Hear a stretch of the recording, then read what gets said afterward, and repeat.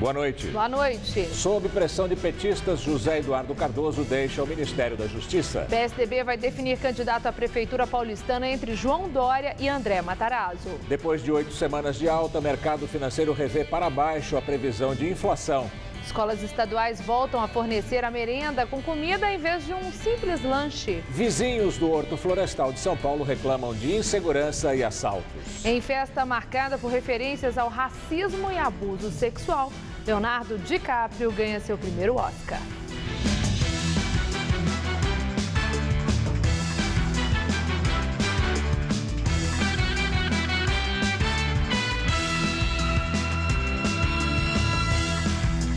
Escolas estaduais da Grande São Paulo voltam a fornecer comida na merenda. Em Franco da Rocha, até sexta-feira, os alunos só recebiam achocolatado, suco, bolachas ou bolinhos industrializados.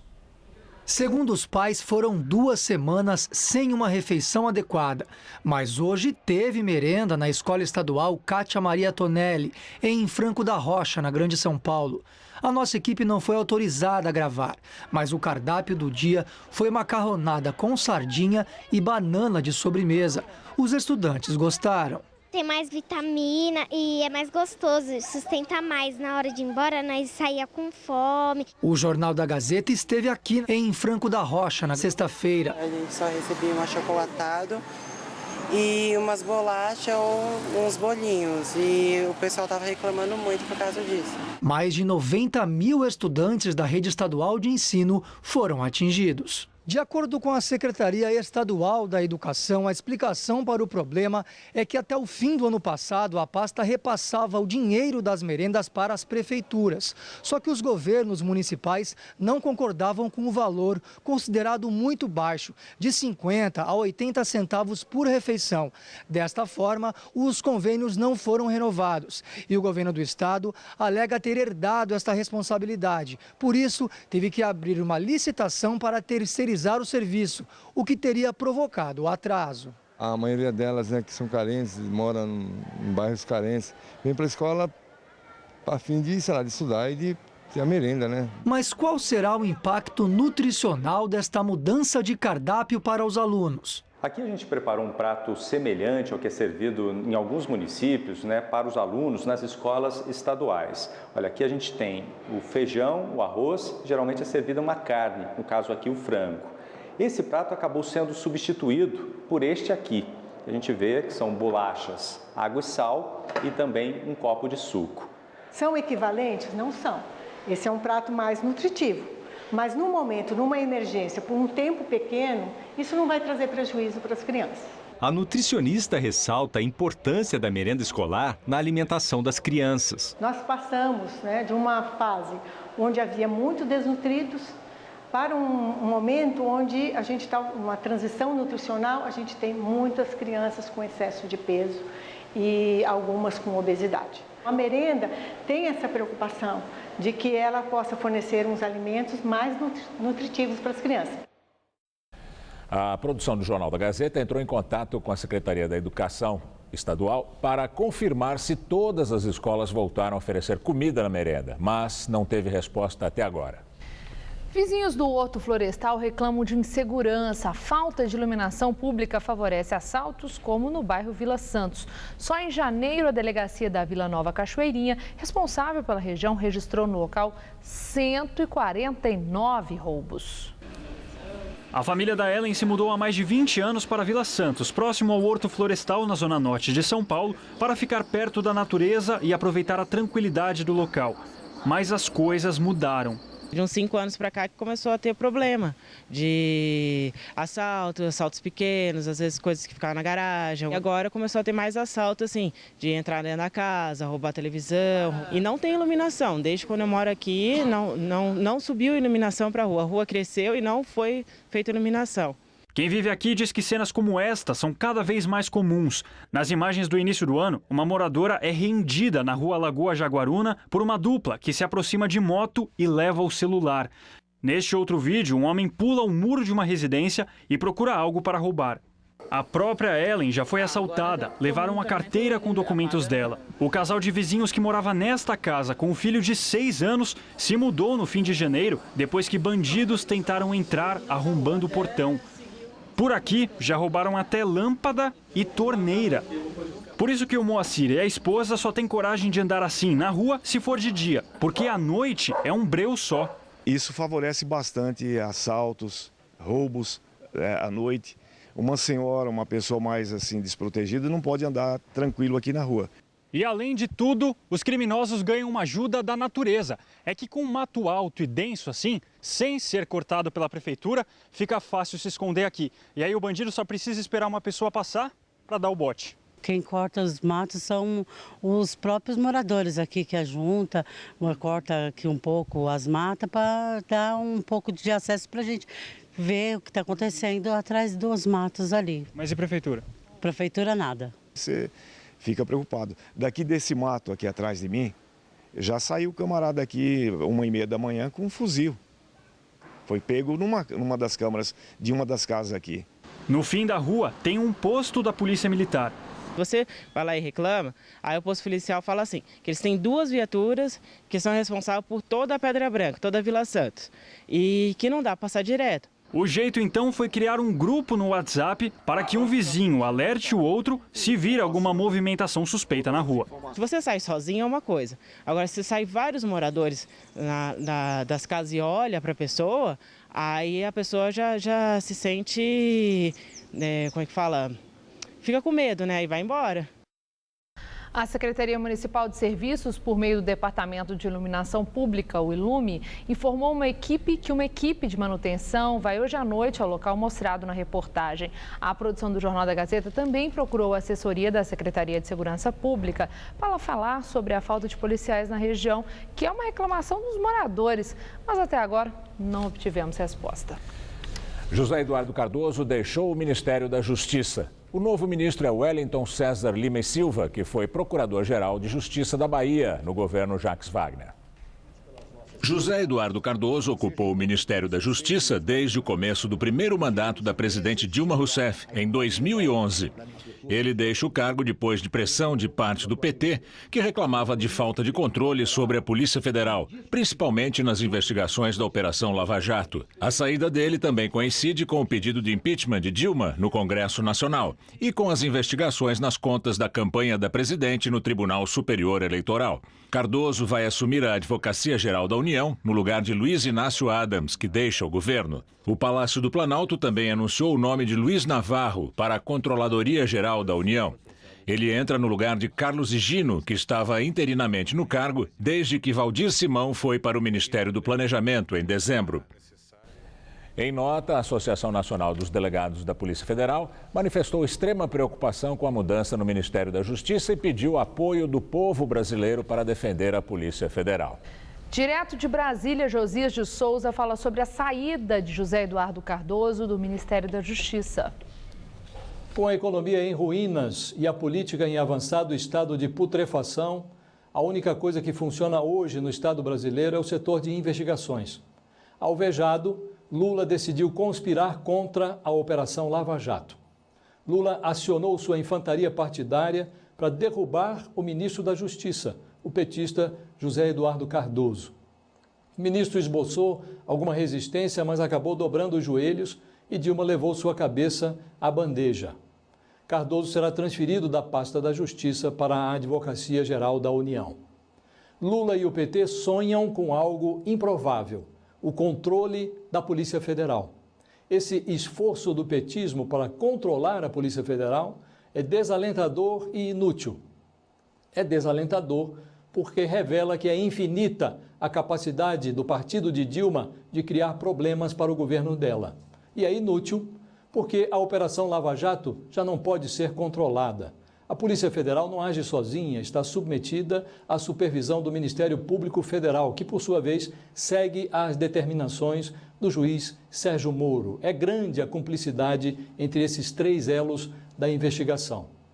Deve-se acompanhar com lupa os próximos movimentos do novo ministro da Justiça, Wellington César. É um procurador do Ministério Público da Bahia, foi indicado pelo ministro Jacques Wagner, chefe da Casa Civil, amicíssimo de Lula. Se o novo ministro for inteligente, ele se fará de idiota sempre que um idiota se fizer de inteligente numa conversa com ele, sugerindo-lhe que controle a Polícia Federal. Boa noite. Moradores de Interlagos, na zona sul de São Paulo, reclamam do abandono do Parque Municipal Jacques Cousteau. Eles pedem que a prefeitura cuide do local, principalmente do lago que em dias de chuva transborda e inunda casas vizinhas. Quem mora aqui em Interlagos costuma chamar esse pedaço de pulmão do bairro.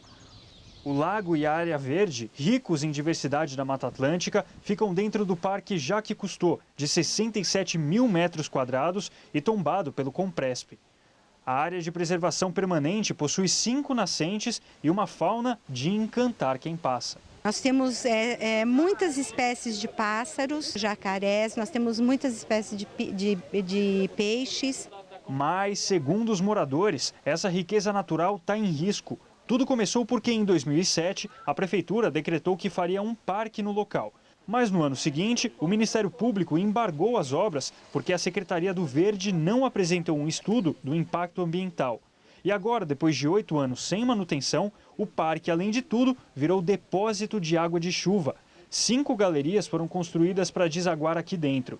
Aí, quando chove, dá uma olhada em como a área fica alagada e espalha lixo pela natureza. A gente está pedindo o desassoreamento do lago, né? A reforma da galeria e do vertedouro para que se possa a água chegar na represa do Guarapiranga e, principalmente, a diminuição das galerias pluviais que estão trazendo lixo, tinta, enfim, muitos dejetos para dentro do lago que está causando o assoreamento. E para piorar, em todo o lago, esse é o único dreno que acaba não dando conta nesses temporais de verão e ainda mais com tanto dejeto vindo junto. O que acontece? O lago assim acaba transbordando. Ele atravessa essa cerca, passa pela rua e aí invade a casa de quem mora por aqui. A prefeitura diz aos moradores que não tem verba para as obras que eles pedem e ofereceu um plano B, construir um muro mais alto no entorno do parque para transformá-lo em um piscinão. Segundo o presidente do Conselho de Segurança dos Moradores, a alternativa é ainda mais prejudicial ao meio ambiente e não resolve o problema. Já é uma medida meramente protelatória. As medidas que resolvem o laguinho estão mapeadas, estão identificadas e não estão encampadas pelo poder público. A mobilização já conta com vários moradores, o suficiente para que eles consigam, inclusive, envolver o parque em um abraço. Tem até abaixo-assinado. Nosso bairro aqui já tem poucas coisas, né, para a gente poder ir, passear, caminhar. É um lugar muito agradável, que eu venho sempre com a minha mãe, com meus filhos, então eu moro aqui mais de 30 anos. Então eu não gostaria que nunca tivesse ocorrido o que está acontecendo, para não acabar com a natureza. A Secretaria Municipal do Verde e do Meio Ambiente rebate as críticas e diz que o Parque Jacques Cousteau não está abandonado. Ainda segundo a Secretaria, o parque tem serviços de administração, gestão, manejo e segurança. Sobre o desassoreamento do lago, a Secretaria Municipal de Infraestrutura Urbana e Obras diz que estuda alternativas que apresentem um menor impacto ambiental. Depois de dias de calor, São Paulo teve hoje a tarde mais fria do ano, com apenas 21 graus em pleno verão. Segundo os meteorologistas, esse friozinho fora de época deve durar ainda alguns dias. Vamos aos detalhes da previsão com Luciana Magalhães. A terça-feira será de chuva em boa parte do Brasil. O tempo só fica firme com o sol e calor nas 2 áreas em amarelo do mapa, ou seja, em boa parte do sul até o centro-sul paulista e do norte de Minas, passando pelo Tocantins até o Rio Grande do Norte, sendo que no oeste da Bahia chove rápido. Nas demais áreas brasileiras o sol aparece, mas as nuvens aumentam e são esperadas pancadas de chuva, principalmente à tarde. Mas uma frente fria que está no sudeste provoca chuva volumosa e queda de temperatura no nordeste de São Paulo, no centro-sul de Minas e também no Rio de Janeiro. Tanto que após dias bem quentes, a máxima amanhã não deve passar dos 26 graus na capital fluminense. Em Salvador, máxima de 33 e calorão de 37 graus em Cuiabá. Em São Paulo, a passagem de uma frente fria deixou o ar mais frio e úmido, o que fez aumentar a nebulosidade. Mas a chuva só é esperada mesmo para o Nordeste e Leste paulistas, onde ocorrem pancadas fortes. Tanto que em Barretos e em Franca, a máxima não deve passar dos 23 graus. E em Sorocaba, máxima de 25 graus e em Campinas, apenas 22. Amanhã aqui na capital o dia fica chuvoso e a temperatura cai ainda mais, máxima de 22. E a partir de quarta o céu vai abrindo aos poucos, mas são esperadas pancadas de chuva à tarde e à noite. A temperatura sobe gradativamente, chegando aos 24 na quarta e aos 27 na quinta-feira. Após 8 semanas de alta, o mercado financeiro revê previsão de inflação para baixo. De acordo com analistas financeiros ouvidos pelo Banco Central, o IPCA deve fechar 2016 em 7,57%. Na semana passada, a estimativa era de 7,62%. A previsão para o PIB é de uma retração maior que a prevista no boletim anterior. Agora o mercado acredita que o PIB vai encerrar o ano em menos 3,45%. A Bolsa de Valores de São Paulo terminou o dia com alta de 2,89% aos 42.795 pontos. Este foi o melhor mês da Bolsa desde abril do ano passado, com alta de 5% em relação a janeiro. E depois de passar a manhã e a tarde em queda, o dólar fechou em alta em relação ao real. A moeda americana terminou o pregão cotada a R$ 4,00, elevação de 0,15%. Apesar da alta de hoje, o dólar encerrou fevereiro com desvalorização de 0,5%. Nossa comentarista de economia, Denise Campos de Toledo, analisa esse cenário do mercado financeiro em fevereiro. O movimento do mercado em fevereiro, com bolsa em alta e dólar em queda, não foi muito compatível com o atual cenário que temos aqui no exterior.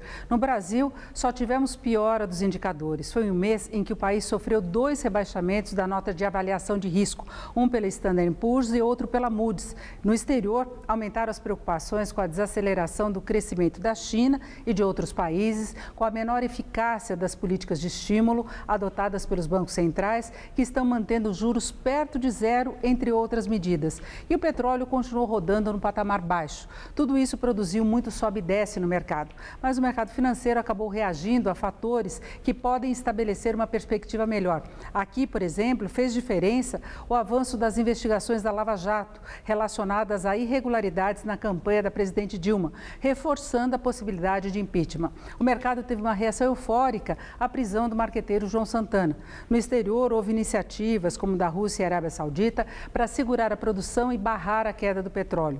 Os Estados Unidos deram uma parada na alta dos juros. Outros bancos centrais lançaram mais medidas de estímulo. Hoje mesmo, o Banco da China reduziu mais uma vez o compulsório dos bancos para liberar mais dinheiro para a economia.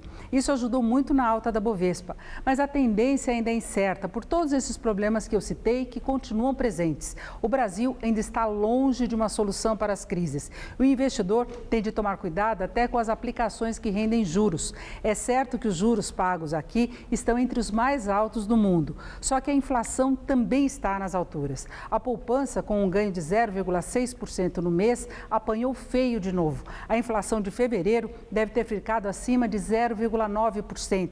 Isso também reduz a margem de ganho de outras aplicações que ainda têm tributação. O investidor deve tentar fazer investimentos de prazo mais longo para pagar menos imposto. Nos fundos, é bom que a taxa de administração seja de, no máximo, 1,5%. Nos CDBs, LCIs ou LCAs, as letras de crédito imobiliário ou agrícola, é preciso brigar por um ganho maior. Nos CDBs, 100% do CDI, que é a taxa de referência dos bancos. Nas outras, LCI e LCA, que não têm imposto, um ganho bom está entre 90% a 95% do CDI. Os títulos do Tesouro estão com uma boa remuneração, igual para todos, mas é bom prestar atenção nas condições de resgate, principalmente nos que rendem inflação mais juros. O resgate antecipado pode implicar corte pesado do ganho. Juros elevados nem sempre são garantia de remuneração também elevada. Eu volto na quinta, até lá. Pesquisa Datafolha mostra que mais da metade dos brasileiros desaprova o direito de aborto para mulheres que tiveram Zika vírus na gestação. Segundo o levantamento, 58% disseram ser contra a interrupção da gestação para grávidas que tiveram o vírus e 32% afirmaram ser a favor. A opção de abortar em situações em que é comprovada a microcefalia durante a gravidez foi aprovada apenas por 39%, enquanto 51% se posicionaram contra. A rejeição à hipótese de aborto é maior entre mulheres e quase metade das que disseram ter planejado uma gravidez recentemente alegaram ter desistido com medo da doença. Diante do aumento de casos, a ONU recomendou aos países afetados pelo Zika que discutissem o direito de aborto para mulheres nestes casos. A Organização Mundial da Saúde ainda estuda se há relação entre o Zika vírus e o desenvolvimento de microcefalia em bebês. A pesquisa foi realizada com 2.768 pessoas entre os dias 24 e 25 de fevereiro. A margem de erro é de 2 pontos. A Receita Federal está questionando a operação que uniu os dois maiores frigoríficos brasileiros, o Bertin e o JBS, dono da marca Friboi, em 2009. Essa informação foi publicada hoje pelo jornal O Estado de São Paulo. O fisco alega que houve fraude na elaboração da estrutura societária do negócio, que permitiu sonegação e transferência de participações a preço muito inferior ao real, além de lesionar os acionistas minoritários. O grupo Bertin, segundo a reportagem, foi autuado em 3 bilhões de reais. Segundo o Estadão, a JBS afirmou não reconhecer o processo e disse que a operação foi feita com total transparência. Já o grupo Bertin não comentou o caso. O presidente da Câmara dos Deputados, Eduardo Cunha, mandou para o Supremo Tribunal Federal a defesa sobre o pedido de afastamento dele, feito pelo Procurador-Geral da República, Rodrigo Janot. A defesa alega que a solicitação de sua saída do cargo é uma tentativa de condenação antecipada. Ele também diz que seu afastamento contraria o princípio da presunção da inocência. No pedido de afastamento, Janot argumenta que Cunha usa o cargo para constranger parlamentares e inclusive os que estão analisando o caso dele no Conselho de Ética da Câmara e obstruir os trabalhos da Operação Lava Jato. Cunha é acusado de ter recebido 5 milhões de dólares em propina de corrupção na Petrobras. Ele nega a acusação. Vamos agora ao comentário de política com Bob Fernandes. Num verso de Fora da Ordem, Caetano Veloso diz: aqui tudo parece que é ainda construção e já é ruína. Extrapolando a canção, muito parece fora da ordem e fora do tempo também. Lula, enfim, falou sobre acusações de ser dono de sítio em Atibaia e triplex no Guarujá. Disse não ser dono dos dois imóveis. O sítio seria de Jacob Ittar, que com amigos o teria comprado para Lula utilizar quando deixasse a presidência. Gente da Odebrecht coordenou obras no sítio. Investigam Lula em busca de conexões na Lava Jato. Sábado, no Rio, para militantes, no aniversário do PT, Lula deixou claro, é briga de rua e também nas ruas. Sobre o triplex do Guarujá, atacou. Descobriram um triplex que não é meu. Inventaram a tal offshore, disseram que era dona do meu triplex. Como acredito em Deus, o que aconteceu 2 dias depois? Respondeu Lula. A tal offshore, que veio do Panamá para ser dona do meu triplex, é, na verdade, dona do triplex da Globo em Paraty e do helicóptero. Em meio à fritura e exposição de acarajés, Cardoso saltou para a Advocacia Geral da União. Deixou o Ministério da Justiça, que comanda a Polícia Federal. Polícia Federal que vai investigar Fernando Henrique Cardoso. Como, por quais conexões Miriam Dutra foi sustentada no exterior. Ainda política e polícia nas páginas da Folha. Convenção para a escolha do candidato do PSDB a prefeito de São Paulo.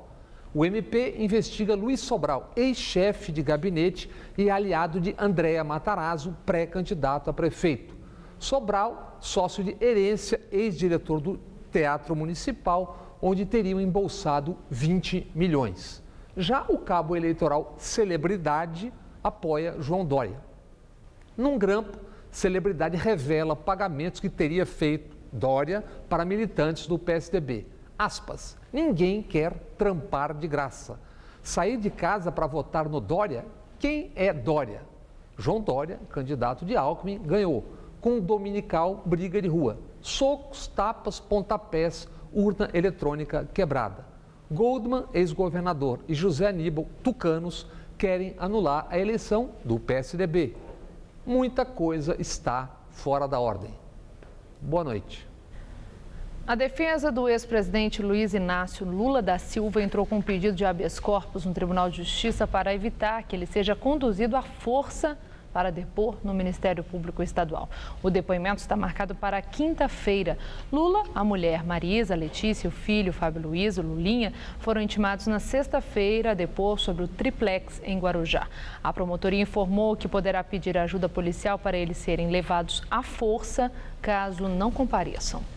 Hoje, a defesa de Lula apresentou ao Ministério Público as explicações por escrito e disse que a família não vai comparecer ao depoimento na quinta-feira.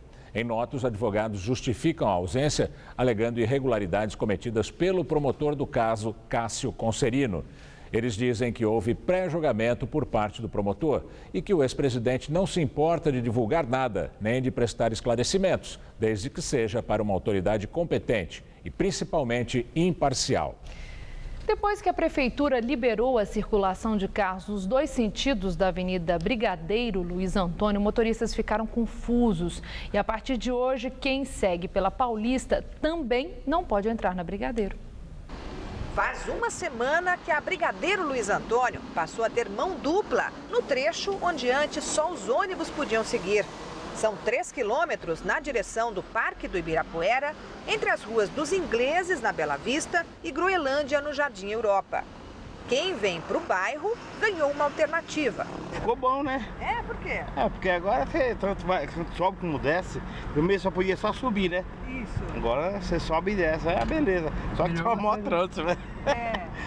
Já para quem está no caminho do centro, os cones no meio da pista lembram que agora é proibido virar à esquerda para entrar na Alameda Lorena e também na Jaú. Hoje, mais uma novidade. Quem segue pela Avenida Paulista não pode virar à direita para entrar na Brigadeiro. Isso vale para os dois sentidos. Piorou. Por quê? Na verdade, eu estava vindo da Paulista, eu tentei virar à direita, que eu já não conseguia. Eu teve que fazer o retorno lá embaixo. Homens da CET permanecem no cruzamento para orientar o motorista. Com isso, a faixa de segurança que atravessava a Brigadeiro, quase no meio da quadra, foi transferida para a esquina, na continuação da calçada da Avenida Paulista. Quem está a pé economiza na caminhada, agora sem o desvio. A Prefeitura diz que todas essas mudanças foram implantadas justamente por causa da segurança do pedestre. Este já foi um dos trechos mais perigosos da cidade. De 2013 até o ano passado, 116 atropelamentos ocorreram aqui. Quando era só ônibus no contrafluxo, o pedestre podia ter a impressão de mão única. A questão da segurança é importante, as pessoas esquecem que vem ônibus daqui. Eu já vi pessoas serem quase atropeladas, já vi coisa feia ali na esquina. Militantes do PSDB aqui de São Paulo foram às urnas ontem para escolher em primeiro turno o candidato que vai concorrer às eleições municipais na capital este ano. A votação foi marcada por confusão e denúncias de abuso de poder econômico. O resultado saiu na madrugada de hoje. O empresário João Dória Júnior ficou em primeiro lugar com 43% dos 6.216 votos apurados. O vereador André Matarazzo teve 32% e o deputado federal Ricardo Trípoli, 22%. Dória foi apoiado pelo governador Geraldo Alckmin, Matarazzo pelo senador José Serra e pelo ex-presidente Fernando Henrique Cardoso. Os dois vão disputar o segundo turno das prévias no dia 20 de março. Quem ganhou foi a democracia do voto, a democracia da eleição. Vamos para o segundo turno para ganhar também. Todo partido se envolveu, todos vocês me ajudaram muito nisso, principalmente pelo espírito democrático que todos vocês demonstraram nessa campanha que foi limpa e que foi cheia de ideias e de sugestões para transformar a nossa cidade. O primeiro turno da eleição tucana foi marcado por confusões, polêmica e atraso na apuração. Aliados de André Matarazzo e Ricardo Trípoli enviaram à executiva municipal do partido um pedido de cancelamento da pré-candidatura de João Dória. Eles alegam que o empresário cometeu abuso do poder econômico, propaganda irregular, infrações à Lei Cidade Limpa e transporte de eleitores para a votação.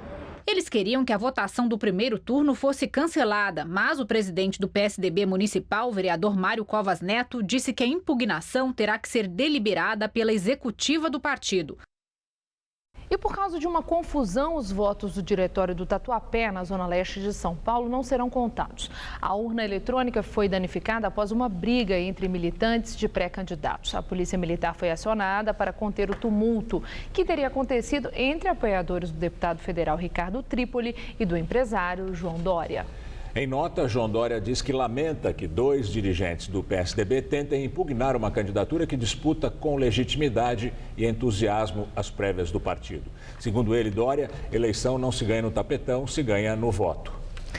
Na entrevista do dia com Maria Lídia Flandoli, o impacto da crise política nos projetos futuros do PSB e do PSDB. O Jornal da Gazeta recebe o vice-governador do estado de São Paulo, Márcio França, que também é secretário estadual do Desenvolvimento Econômico, Ciência, Tecnologia e Inovação e que foi prefeito de São Vicente por 2 vezes. Muito obrigada por estar conosco. E um dia depois, como nós acabamos de ver, da prévia do PSDB, que foi tumultuada. E ao preparar minha entrevista hoje com o senhor, eu me lembrei de que há uns 3 meses o senhor fez uma declaração aí que foi muito polêmica, houve a reação de parceiros políticos, que os tucanos não valorizam o tamanho e a importância de Geraldo Alckmin. O senhor falou isso, acho que em novembro.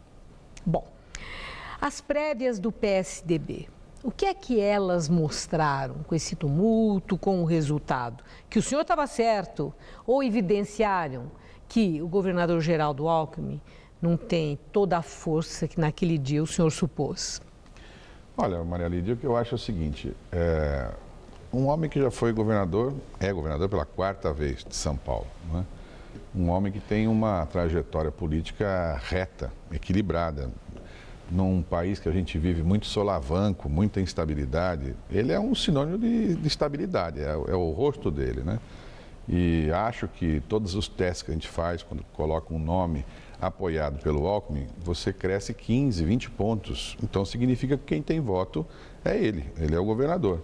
E eu disse naquela época, não todos, mas que alguns tucanos não valorizariam essa condição. O governador apoiou uma pessoa, escolheu um nome, um novo nome nesse... João Dória. O João Dória. E para surpresa de muitos, ele foi o vencedor, né? Quase ganhando no primeiro turno. Claro, tinham bons nomes, os outros são bons nomes, mas sem o apoio do governador, dificilmente teria também o apoio dos partidos aliados. O governador tem em volta dele alguns partidos, dentre os quais o meu, que somam alguma coisa em torno de 12, 13 minutos de televisão. O PSDB sozinho tem 6 minutos. Então é claro que precisa do apoio do governador para que esses 13 minutos se acoplem aos outros 6, para formar 19, 20 minutos, contra os 14 que o prefeito Haddad terá. Então essa vai ser a grande disputa. Agora, o PSDB evidenciou que tem um racha, né? Exatamente pelo apadrinhamento, digamos. A Alckmin, empenhado na eleição do Dória, realmente indicando, apoiando, e do outro lado, principalmente Andréa Matarazzo, com apoio de grandes nomes, líderes históricos do PSDB. E 2 pessoas que têm histórias de vida diferentes. Mas o que vai estar em jogo no dia 20 de março? 2018. É a disputa desses líderes tucanos históricos e Alckmin, e Fernando Henrique, Serra, Goldman, Aloysio Nunes. É essa disputa ou a disputa, sim, para a escolha do candidato a prefeito, Dória e Matarazzo? Não, é claro que o que está em disputa nesse instante é a prefeitura, mas também é evidente que uma vitória do Dória reforça a posição do Geraldo Alckmin, presidente da República, que é o nosso projeto. Do Brasil, né? Claro. Aliás, inclusive eu já vi uma declaração sua nesse sentido. Eu acho da importância da vitória de Alckmin agora. Acho que a vitória desse domingo foi o primeiro passo de uma sequência que vai ter na segunda vitória do segundo turno, depois a vitória nas eleições. Acho que qualquer nome que o governador Alckmin apoiar irá para o segundo turno. Então, acho importante o apoio dele. E acho que, em função disso, nacionalmente, o Alckmin estará num momento muito propício, porque o Brasil continua com muitas dificuldades. O estado de Minas, Rio de Janeiro, Rio Grande do Sul, você tem assistido aí em volta os grandes estados deixando de pagar salário, né? 13º. Aqui em São Paulo ninguém pensa nisso, não existe essa hipótese. É reto, ele fechou de novo com superávit, é impressionante. Então, assim, eu acho isso uma coisa para ser valorizada. Claro, ele fez um acúmulo de vários outros governos. O Serra foi governador, foi um excelente governador, o Covas foi um grande governador, mas esse moço é governador pela 4ª vez. Não é à toa, alguma coisa tem de diferente, não é? Bom, mas falando em pesos políticos, Fernando Henrique foi presidente da República, claro, né? E o Serra, que foi governador, é verdade, Geraldo Alckmin é um nome forte, 4 vezes governador do estado mais importante do país. Eu não estou questionando isso. O questionamento aí já é outro. Certamente o segundo turno não vai ser uma luta fácil para os 2 candidatos, porque os adversários certamente vão usar de todos os seus recursos para tentar que André Matarazzo seja o escolhido pelo PSDB. E do lado do Alckmin, ele vai continuar no trabalho pelo Dória. A indagação é se, eventualmente, essa coisa ficar tão acirrada e tão evidenciada esse racha dentro do PSDB, se isso empurra Geraldo Alckmin para o seu partido. O PSB, como tem sido especulado recentemente. Veja, eu tenho como governador uma admiração. Nós perdemos o nosso grande líder. Nosso líder era Eduardo Campos. A gente preparou tudo para o Eduardo ser presidente da República, não é? E perdemos, você se recorda, uma tragédia nacional, enfim. Então é claro que a gente gostaria de ter um nome. Mas eu acho que o governador pode ser candidato pelo PSDB e nós vamos fazer esforço para estarmos juntos. A presidência da República, 2018. Claro. O Aécio perdeu em Minas, tem que voltar a tentar disputar Minas. A disputa dele é com o Serra, que é uma cabeça violenta, uma pessoa sensacional, inteligentíssimo, brilhante, mas cujo tempo, nesse momento, acho que está mais apropriado para o Alckmin, não é? E acho que, claro, não vou ficar dando palpite na festa dos tucanos, porque eu sou da pomba, né? Como é que é? Eu disse, em festa de tucano, a pomba não pia, né? Não é aquela história do jacu. Mas o senhor pia bastante. Agora, eu sou vice-governador. Sei que é importante esse apoio partidário. Disse que seria muito mais fácil se fosse alguém apoiado pelo Alckmin, nós iremos muito provavelmente com ele. Agora, se for uma pessoa não alinhada com o Alckmin, nós vamos nos dispersar. Isso vai tirar a chance do candidato do PSDB ganhar a eleição. Acho isso, não posso também negar o que eu acho, né? E acho que o segundo turno, ao contrário do que você falou, será muito mais fácil para o candidato do Alckmin ganhar agora. Eu sinto que será muito mais fácil. E acho que o Trípoli, que é uma pessoa experiente, o Bruno Covas, enfim, farão esse caminho. Acho que farão esse caminho porque é mais lógico, é mais natural. Já sinalizaram? Não, o Bruno sim, o Trípoli não. Mas são muitos meus amigos, ambos deputados, enfim, conviveram comigo. O Trípoli é uma pessoa também com um viés muito verde, muito sustentabilidade, assim, moderno. Acho que ele percebe também que precisava ter uma alternativa nova também. Quer dizer, o fato do João Dória ser um empresário diferente do mundo da política, no começo choca. Mas não é incomum acontecer isso, você tirar uma experiência de fora para dentro. É um pouco do que a população pede, assim, uma coisa nova, diferente, que não esteja naqueles nomes comuns. O senhor mudou seu endereço eleitoral para São Paulo, de São Vicente para cá? Mudei. Mudou? Mudei porque, como eu sou vice-governador, minha residência agora passou a ser mais aqui também, né? E 2018, Márcio França está de olho no Palácio dos Bandeirantes aí com o titular da cadeira do Alckmin? Não, 2018 eu estou de olho na presidência da República com o Geraldo Alckmin. Agora o resto vai ser consequência disso. A última questão. Hoje foi um dia com um movimento surpreendente na política nacional, com a saída do ministro da Justiça, José Eduardo Cardoso, da pasta da Justiça, e sob o argumento que ele não aguentava mais a pressão, já estava há muito tempo, que ele teria feito confidência a interlocutores, mas finalmente ele foi parar na Advocacia Geral da União. Como é que o senhor entendeu toda essa mudança? A tirada de um homem da confiança de Dilma, da pasta da Justiça, ali sempre ao lado dela, desde o tempo de campanha, ele fazia parte do comando da campanha dela, e essa mudança toda, agora entrando o homem de confiança de Jacques Wagner, que foi indicado pelo presidente Lula para o Ministério da Justiça. Eu não que conheço. enigma existe aí? O senhor decifrou? Eu não conheço o novo indicado pessoalmente. Conheço o Jacques Wagner, que é muito habilidoso, muito jeitoso. Certamente tem um pouco da orientação que ele deu. Melhorou o governo com a chegada do Jacques, porque ele é um pouco mais jeitoso nessa relação. Agora, o Zé Eduardo é um moço paulista, tem uma relação com ele também de amizade, fomos deputados juntos. Acho que a tentativa da presidente de controlar o país, ela tem muita dificuldade, não é? Ela é meio refém de toda uma situação que ela própria criou, não é?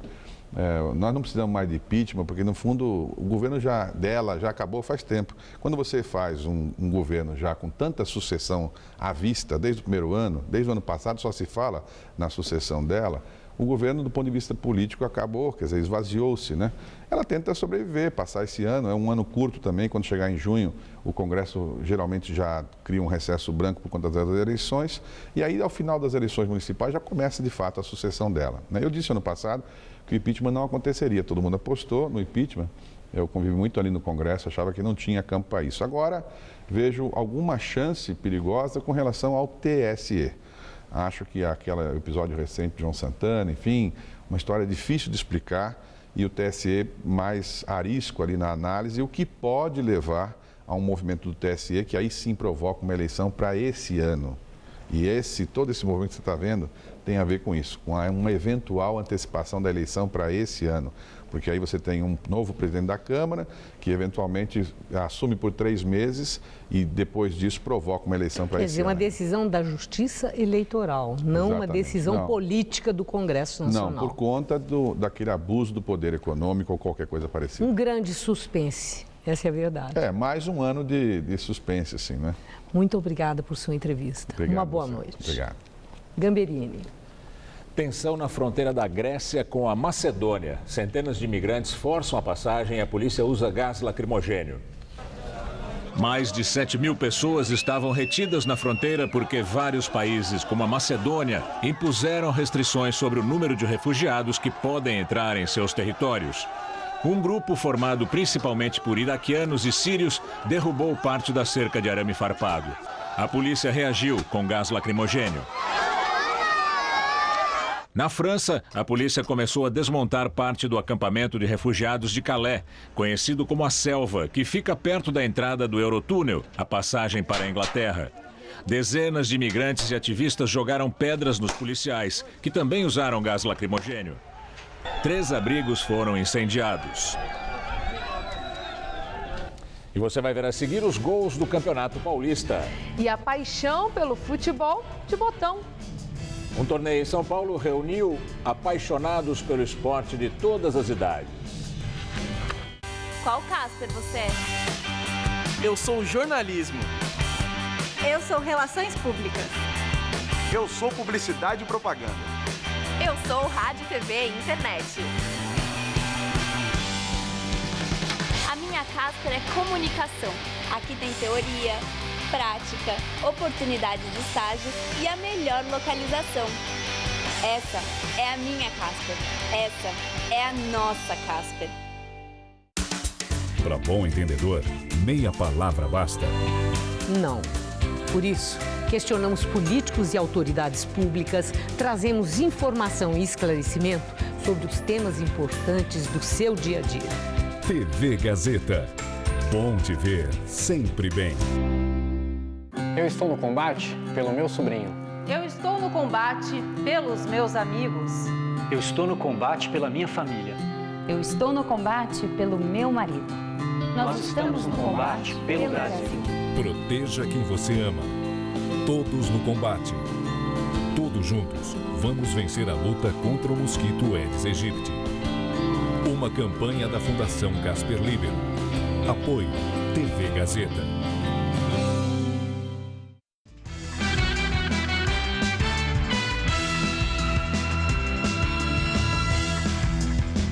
Muita gente pensa que é só uma brincadeira de criança, mas o futebol de mesa ou de botão é um esporte. Tem até a Federação Brasileira da modalidade. E mesmo quem leva o jogo a sério não abre mão do clima descontraído das partidas.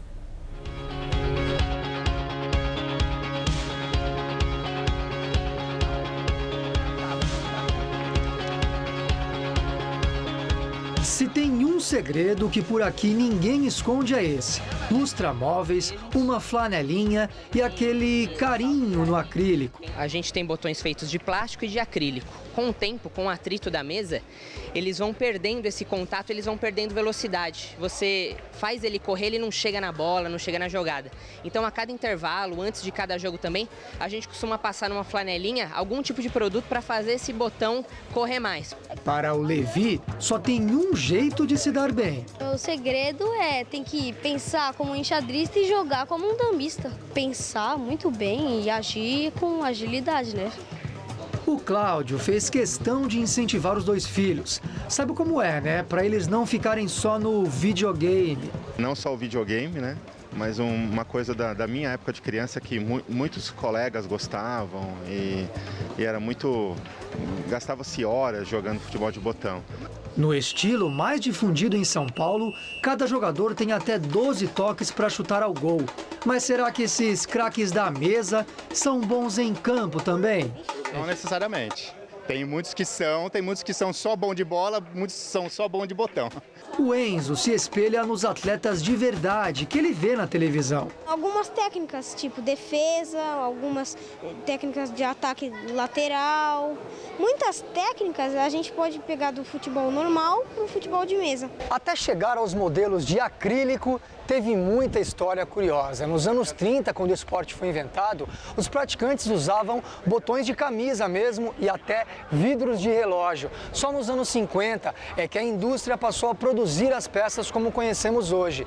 A estimativa é que existam hoje em todo o Brasil mais de 10 mil jogadores profissionais. Competitividade é grande no esporte, mas aí vai muito da personalidade de cada um. Tem gente que entra super tenso, pilhado, bota atenção no jogo. Tem gente que o jogo já é mais leve, mais brincalhão. Mas mesmo quem é tenso, mesmo quem leva muito a sério o negócio, normalmente ainda guarda um pouquinho do lúdico. Gosta de ter um time divertido. O cara é santista, ele quer fazer um time que o Pelé jogue junto com o Neymar.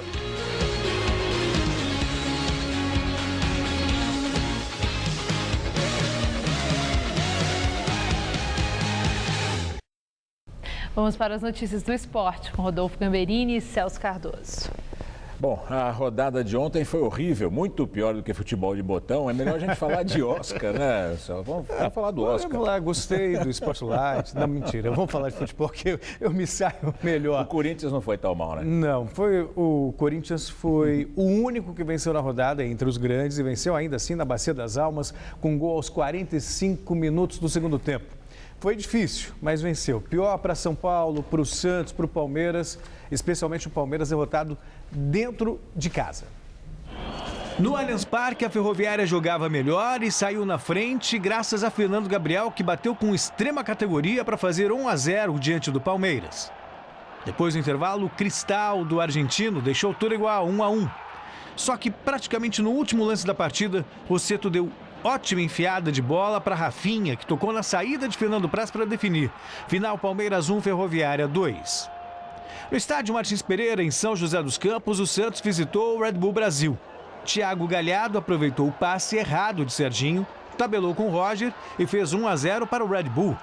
No segundo tempo, o Breno cruzou da esquerda, Gustavo Henrique tentou cortar e Roger acabou conferindo para o fundo do gol. Final Red Bull Brasil 2, Santos 0. No Moisés Lucarelli, em Campinas, a Ponte Preta venceu São Paulo pela contagem mínima. O único gol do jogo foi marcado pelo ex-tricolor Reinaldo, pegando o cruzamento de Jefferson. O Corinthians também venceu por 1-0 na 7ª rodada do Campeonato Paulista. O Wendel fez o cruzamento e Rodriguinho definiu. Final, Corinthians 1, Oeste 0.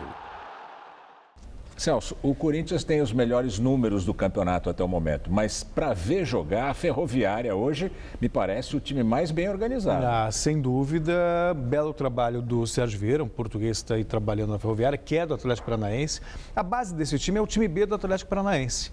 Então, foi uma maneira inteligente do pessoal lá de Curitiba para botar esses jogadores na atividade em destaque. Não tem chutão, é tudo bola no chão, bola no pé, time triangulação. muito bem treinado, lá Europa, um time gostoso de ver jogar. E o Corinthians está sendo montado agora, mas também está conseguindo gols no último minuto. Foi assim contra o Oeste, foi contra o São Bento, foi contra o 15 de Piracicaba e também pela Libertadores contra o Cobressal. Bom, e os outros estaduais, nós vamos falar do quê? Podemos destacar o Campeonato Carioca e também o Campeonato Mineiro. Vamos começar com os gols do clássico de Botafogo e Vasco da Gama. Pela 7ª rodada do Campeonato Carioca, o Vasco saiu na frente do Botafogo com riascos aos 15 minutos do segundo tempo. Mas Emerson Santos, em belíssima cobrança de falta, selou o empate em São Januário, 1-1. O Flamengo recebeu o Resende em Volta Redonda e precisou de apenas 48 segundos para fazer 1-0 com Emerson Sheik. Aos 5 minutos, Manquello deu belo passe para Marcelo Cirino ampliar. 2-0 Flamengo. Aos 6 minutos do segundo tempo, Marcelo Cirino avançou livre pela direita, bateu cruzado e fez o segundo dele, o terceiro do Flamengo. Quando a torcida ainda comemorava, Gabriel recebeu bom passe de Jorge e marcou o 4º gol rubro-negro. E aos 38, Jorge fez mais uma assistência, dessa vez para Emerson Sheik definir a goleada no Raulino de Oliveira. Flamengo 5, Resende 0. O Atlético Mineiro foi a Pato de Minas encarar o RT e se deu mal. Fábio Alves, cobrando falta, fez o único gol da partida aos 24 minutos do segundo tempo.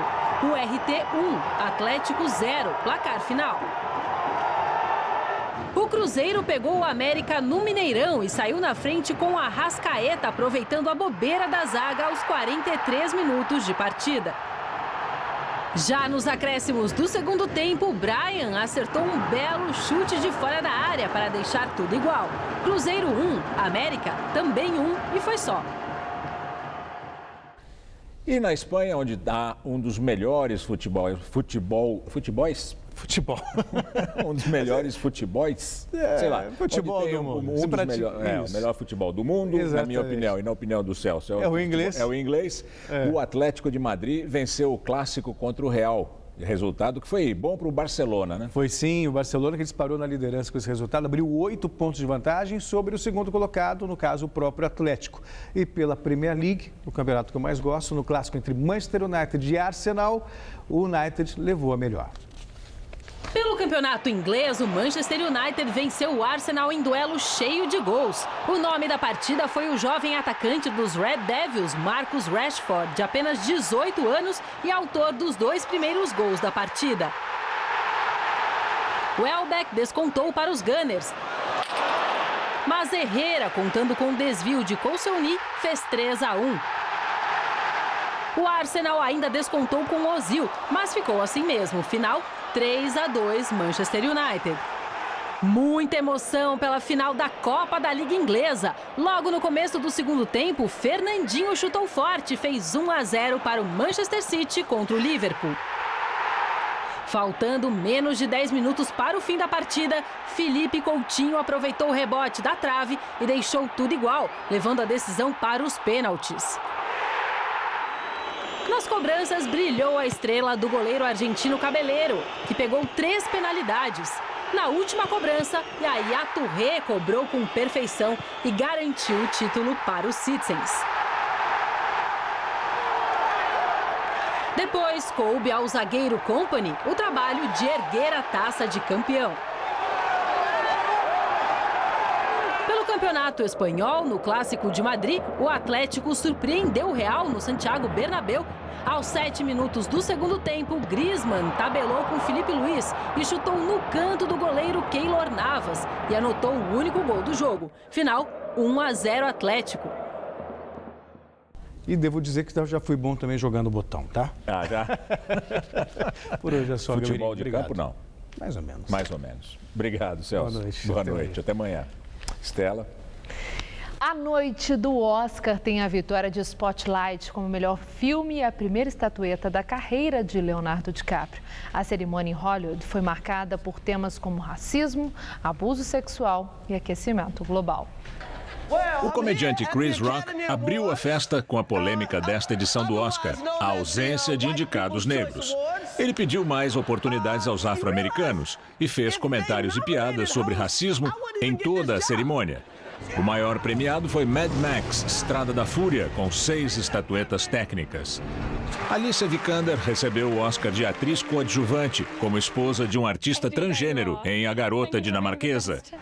Para ator coadjuvante, a Academia escolheu o britânico Mark Rylance no drama Ponte dos Espiões, de Steven Spielberg. Brie Larson recebeu o prêmio de atriz principal pelo drama O Quarto de Jack. Ao receber a primeira estatueta da carreira, Leonardo DiCaprio discursou sobre as mudanças climáticas do planeta. O regresso também levou os prêmios de fotografia e de direção do mexicano Alejandro Iñárritu. E o prêmio principal foi para o drama jornalístico Spotlight, Segredos Revelados. O longa, baseado em fatos reais, trata da investigação do jornal Boston Globe sobre abusos sexuais cometidos por padres da Igreja Católica. O vice-presidente americano Joe Biden chamou ao palco Lady Gaga.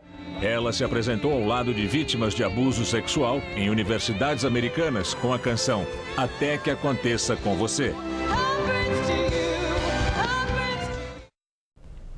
O Jornal da Gazeta fica por aqui. A edição de hoje pode ser vista no site do Jornal da Gazeta. Mais notícias em nossa edição das 10. Uma excelente noite para você. Voltamos amanhã às 7 da noite. Boa noite e até lá.